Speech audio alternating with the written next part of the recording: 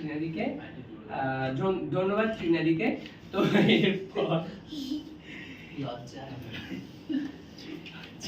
এরপর কবিতা আবৃত্তি করবে আমাদের ছোট্ট সদস্য অমিত্রজিৎ ভট্টাচার্য। অমিত্রজিৎকে ডেকে নেব। নমস্কার, শুভ বিজয়া। আজকে আমি বড়দের শ্রদ্ধা জানিয়ে একটি কবিতা পরিবেশন করব। কবি সুকুমার রায়ের লেখা নারদ নারদ।